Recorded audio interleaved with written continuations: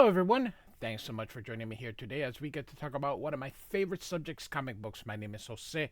I love comic books. I love talking about them. I love sharing them with you. Feel free to follow me on social media if you would like. Links are in the description below. I've also posted a link to the Marvel fan site that'll have plot synopsis and character bios. So we're going to talk about Rob Liefeld today. And because it is the 4th of July, I am going to use the Captain America and the Fighting American for for this. So let's talk about Rob Liefeld. Now, I don't like his art, but there's this guy on YouTube. His name is Robert Norton that really hates Rob Liefeld completely. A lot of you, he's got quite a bit of followers. So I'm quite sure a lot of you follow him. We're gonna be using the trade paperback.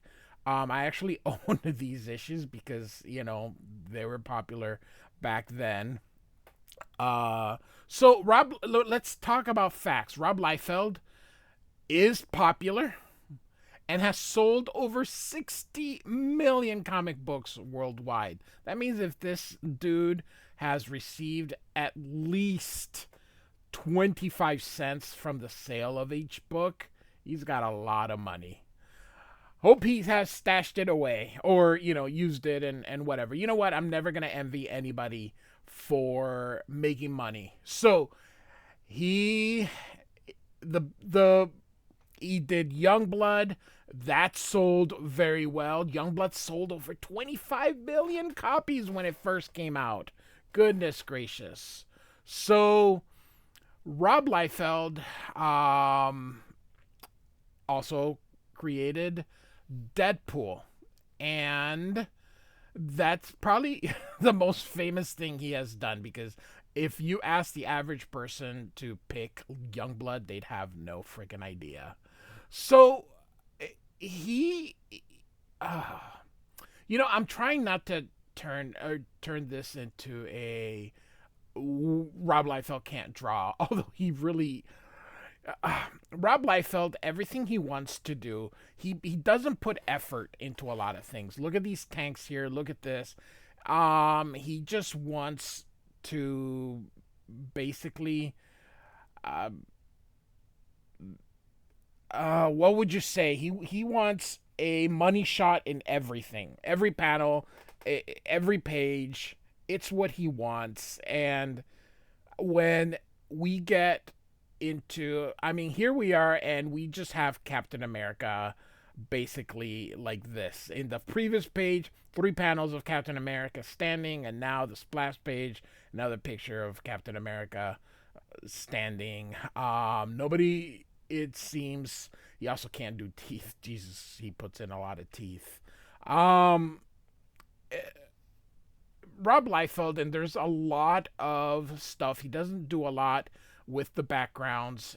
If he's not interested, he just isn't going to bother doing a lot of it. I just don't. I really don't get. I get the appeal of the people in the 90s, like, oh wow, because it's so different. Because comic books went from Jack Kirby to Steve Ditko to Neil Adams. But then came, John Byrne, whom I love, and Walter Simonson, whom I love. Everyone in this channel knows how much I love those dudes, and Frank Miller. They their styles were still very comic booky. And I'm not saying Rob Liefeld isn't very comic booky. He, of course, is very comic booky. But when Jim Lee and Todd McFarlane and Rob Liefeld all came at the same time, there was a huge change in style, with a lot of these ticks and a lot of these dashes that you see here. Rob Liefeld really is not as good as everybody else that was in the that is a nice pose, but this dude here with the circular helmet and that other dude there just looking straight up, that's not very good. But um again, simplicity, which is fine. Other people are simple. So I'm not going to rag on Rob Liefeld for doing simple drawings when other people do. But in particular, it's his laziness in storytelling that I think, because again, he wants money shots. He wants all these things.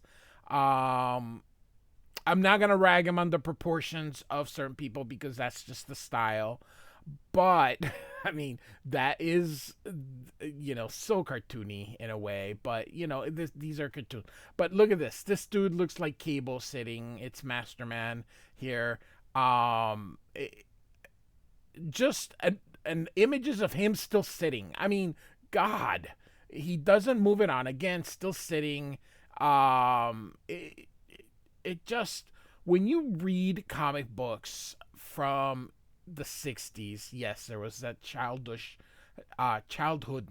that were in there, but Stan Lee made comic books grow up. In the 70s came Denny O'Neil and Neil Adams, who definitely, then you had Marshall Rogers, you had John Byrne, you had Frank Miller, kind of push storytelling. But then came the late 80s, and that's where you saw Rob Liefeld and Todd McFarlane and Jim Lee, Mark Silvestri. They all started in the mid to late 80s. Eric Larson did as well. Eric Larson is the best writer of everyone. Everybody else follows in a way. So Todd McFarlane is super wordy in his scripting. He says a lot to say nothing. And the opposite here, man, look at Steve Rogers. He looks like he's 8 feet tall. God. Um, Arthur Adams does that. Arthur Adams does these huge legs as well. But I think that what bothers me most about Liefeld is that the laziness in storytelling is that basically you take a whole issue, you do a lot of people standing around. Here's another photo of Captain America standing around, and then here he is standing around, and then so this is the double page spread plus the other one. So now we've wasted 3 pages and nothing has freaking happened, and that is where I have a problem with. The other thing I have is that, and because that nothing is happening isn't so much to say, it's just, they didn't say anything. It just, the words were pretty hollow. There's just nothing. And now then the rest is just fighting. So that's what I mean. His storytelling is not very good. He just doesn't seem, there's a lot of teeth. That is a lot of friggin' teeth. I just never. I mean, it looks so silly. Again, look, the long legs.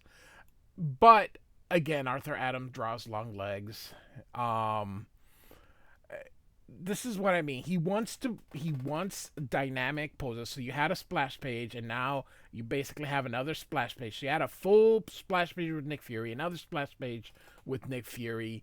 I mean, we're wasting real estate, and we're getting nothing the out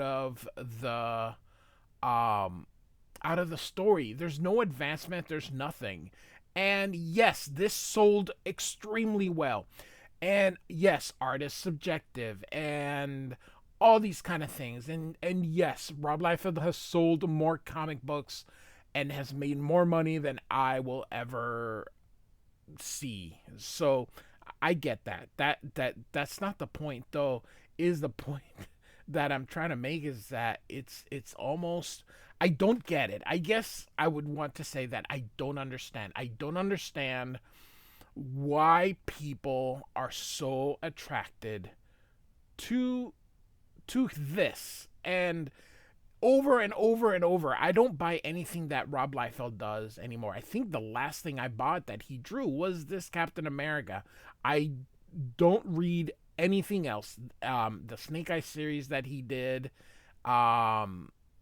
which again, it sold well. It's probably the best Snake Eyes series that has ever sold.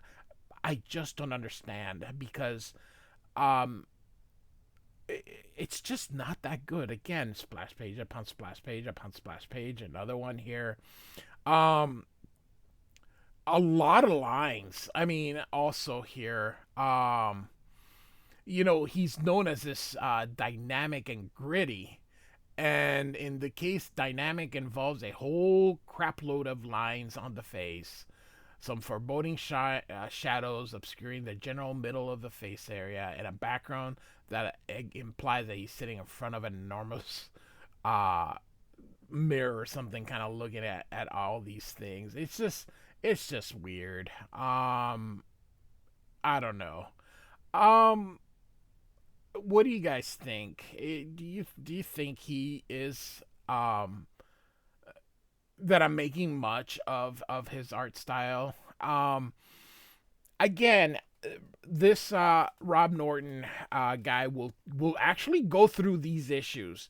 If he has covered all 6 issues, and he's covered the Fighting American as well. All I'm doing in my video is simply trying to just show the whole thing and then talk. I'm not talking about at all about what's happening in the series because really not much happened. We're in issue 4, and dude has basically done nothing.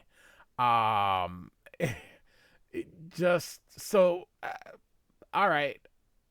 Anyway, so I'm just giving you a video here and wanted to talk about Rob Liefeld, and he's got a great podcast. By the way, I love his takes. The guy has great takes. I love his podcast. I listen to it constantly.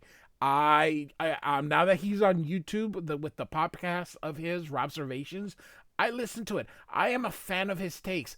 I am a fan of his love for comic books.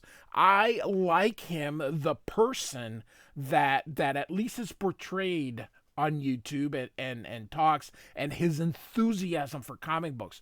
I love it. I love it. But his art, my God, it's goodness gracious, it just isn't that good. Look at all those teeth again. Oh goodness gracious, and that little punk hair that he does on everyone, even on old men. Um, and that's my thing. So now here comes 5. So hey, more poses, more this. Hey, at least a ship. And of course now a 2-page spread. So he did 2, so this is now 5 pages so far of this issue here. And then more fighting, a lot of fighting. And like I always said that if Rob Liefeld, if his comics were a movie, then they would be on Tubi, not on Netflix, on Tubi. Uh, it just this dude, I tell you. So yeah, I'm not gonna go over the story itself. The story is not important. And if you want to know what's going on, check out the website or that I posted here, or go to Rob Norton's site, and he will painstakingly go through each issue. But you'll have to hear a lot of commentary uh, about how much he hates Rob Liefeld, because that he does. Um, I don't think he takes it personal. He looks at this and goes, "What the hell?"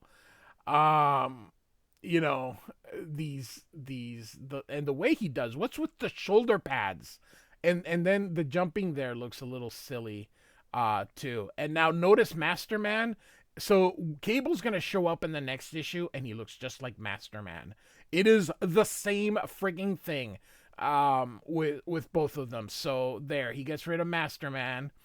But again, with the shoulder pads, my God, can we? What the hell? Goodness gracious! And so now his final issue. This is Rob's final issue. He'll be replaced by Jim Lee, and we of course gotta get Cable in there. I'm surprised he didn't get Deadpool in there.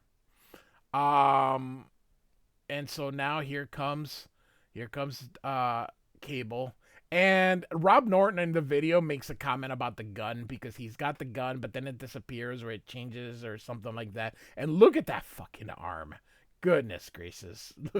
Look at that. That is something. So um this dude doesn't know how to really lay out a comic book. He just it's like he plays with toys, and then he comes up with this adventures as he's playing with his toys, and then he puts them on paper. And it just I just don't understand. I don't understand. Um and I don't understand, is it just a guilty pleasure? As I made mention, art is subjective, and um some people, like Salvador Dali and Jackson Pollock. Other people like Van Gogh. Other people like this. Other people. There's different art styles, but my God, look at the head. Look at that circle on a head for Captain America here. I mean, goodness gracious, he's just. And then look at the just. I don't know. It's just. I don't know. It's not for me. It is not for me. But it is the 4th of July, so again, we are looking at Captain America here, and now that he's done, we're going to be looking real quick at Jim Lee here in just a moment at the end of these dialogues. I tell you, Jeph Loeb uh, is he works with Jim Lee because he just does. I'm sorry, he works with there's the Jim Lee. It looks beautiful. One of the things they're gonna do is get rid of the A here. So I'm just showing you when Jim Lee is gonna get rid of the A here. But real quick, you can definitely see the art style. That's Travis Charest. I always said Charest. But anyway, Jeph Loeb, he just takes a paycheck. He doesn't argue with Rob the way other people do, and so he takes it. And so, but um, you know, there's this funny thing is that when you look at Rob Liefeld, you need to take a shot for every pouch he draws on a character here. And so that's a variant here. So here you see Captain America with the A. I thought it was in the previous issue, so my apologies. And so Jim Lee definitely makes Captain America look so much friggin' better. Jim Lee is a god. And you can definitely see that even though they both have similar styles here, that there's the Fighting American, that he will definitely is so much better. So now we got the Fighting American because he apparently didn't have enough. So this is Stephen Platt. Stephen Platt is going to co-draw with him and Liefeld photoshopping even back in the day, not even bothering to draw. I guess why bother when you can just paste it here. And again, more of the same here. Between look at all those teeth here. Between Captain America, and so that's Stephen Platt. So every time you see it looks good, it's Stephen Platt. Now, same style with a lot of lines, but look at the difference in how it looks. And then you can definitely tell when you get back to Liefeld. And here's the funny thing. He's going to give him a chick, only she's a robot. But it's the same freaking story with the tennis shoes. Looks the same. So more splash pages and more a double page spread. So Jeph Loeb is doing this with him, and again Jeph Loeb is taking oh, that is a good pose there. That is actually Liefeld. And by the way, I don't know if you've noticed this whole thing. There's the circular head, but he does draw feet. He actually has not been hiding from them throughout this whole thing. So this whole thing that Rob Liefeld can't draw feet, that's not true. He just can't do a story. And now we got the friggin' Terminator. And now you're gonna see a character that appears out of nowhere called Smash, which is basically a purple Hulk. For no reason, the Terminator is there with a character he called Smash. Yeah. Rob Liefeld just copies everything. He's got red pants. It would have been great if he had green pants. That would have been awesome. So Smash. There's a scene coming up where he's gonna say Smash will smash. Um, it's there. It's just weird. Again, she's a robot. That's where that gun comes from. But I don't know what else to say about Rob Liefeld that I think I've said over and over and over. So anyway, we're reaching the end here. Stephen Platt, you can definitely tell, and Stephen Platt, and he's gonna have the Avengers. Nick Fury, um, and so again Stephen Platt, and then I believe he's called Battling Baron here, and look at this, the Roughnecks, goodness gracious.